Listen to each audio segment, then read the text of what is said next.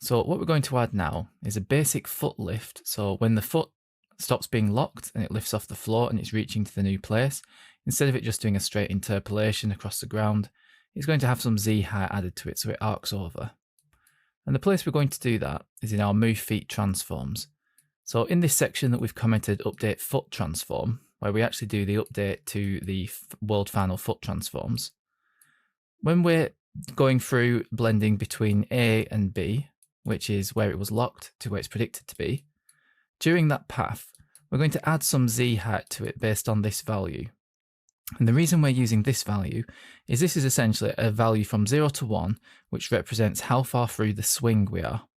So because of the math we did before, where we got the cycle percent and divided that by the swing percent, so how much time is actually spent in the swing of the total cycle, that gives us a value between 0 and 1 of where we are through the swing. So by using that value and mapping it to a curve, we can create a curve where it will add 0 when it starts, 0 when it ends, but in the middle somewhere it will add some value, so some height. Then it will smoothly go from 0 to some height down back to 0 when it lands. So to do that, what we're going to do is right click and search for curve. And what we can do is evaluate curve. And what this node essentially does is take some value, so some input, and that's going to be across the x-axis at the bottom. And it will output some value for whatever we map, however we create this curve. So currently it's just a straight line going from 0 to 1. So if we plug in a value from 0 to 1, the output will be 0 to 1, because the source minimum is 0, the source maximum is 1, target minimum is 0, target maximum is 1. So it's just mapping 1 to 1. So it's exactly whatever goes in comes out the other side. So we're going to make some tweaks to the curve so it's not like that. But first, after our clamp, this gives us the value from 0 to 1. Let's plug this into the value of our evaluate curve function. And I'm just going to move things around a little bit just so it's clearer.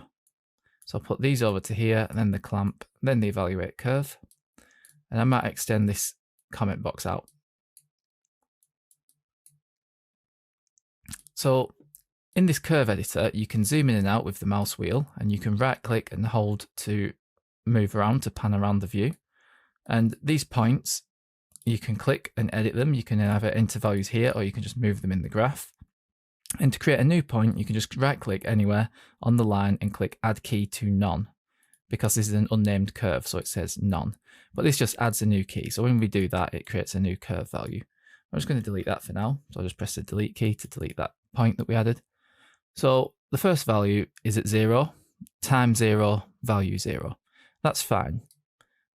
But this value, so the top right one, we want to also set that to, so the time is 1. We don't want to affect the time, but the value should be 0. So now we've just got a straight line which goes from 0 to 0.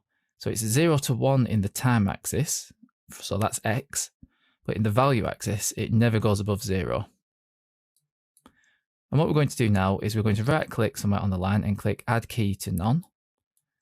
And we're just going to select this middle key, and we can either drag it around, or we can enter the values manually. So the values I'm going to enter is 0.5, just to make sure this is in the very center of the curve. And for the value, we're going to set it to 1. So now we've got a triangle where it will map any value that we input from this, so going straight from 0 to 1, and output this value, so which is in the y-axis. So it will go from 0, gradually go to 1, and then back down to 0. And what we can do, instead of it being a linear curve, and you may not be able to see too well on the video, but this is a straight line which goes from here to here, and then another straight line which goes from here to here. And maybe if the comment box wasn't there, it might be easy to see. You can see that it's a triangle. But instead, what we're going to do is click on the top point, right click, and set auto. And now this is controlled as if it was a Bezier curve.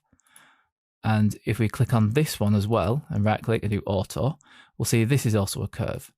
So now we've got a smooth ramp up. So it starts with not much change at all, and then it gets faster and faster, and then slows down, and then it does the reverse and goes back to 0. So what we can do now, when we change the target minimum, target maximum, that's essentially scaling the output. So instead of it just being from 0 to 1, it will output higher values. So in this case, I'm just going to change the target maximum to 100.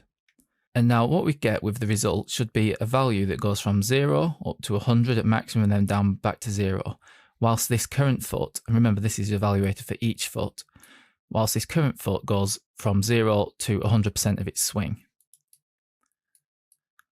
So the way we're going to actually use this result is after our interpolate node, and I'm just going to bring the comment box back. Instead of directly plugging this transform into this element, we're going to plug the rotation in as it was. We're going to plug the scale in as it was as well, but the translation we're going to make some modification to. So we drag out from the translation and do add to add a vector. And we can plug the result into translation. And we're going to drop down B. And currently it's 0, 0, 0. But because we want to add some height to it, we're going to add something to the z-axis, which is up and down relative to the character. We're going to plug this result into z. And now what you'll see is that when the legs are in their swing phase, they're all lifting up.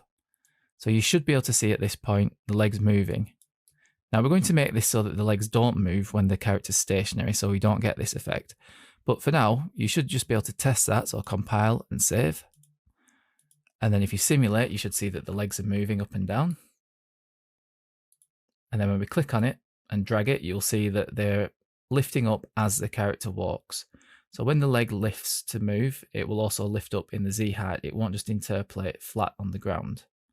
And you can also see some body motion due to this, because the legs are lifting up and down, that the body is a little bit more dynamic than it was before, because we're using the full body arcade node to solve for all these points.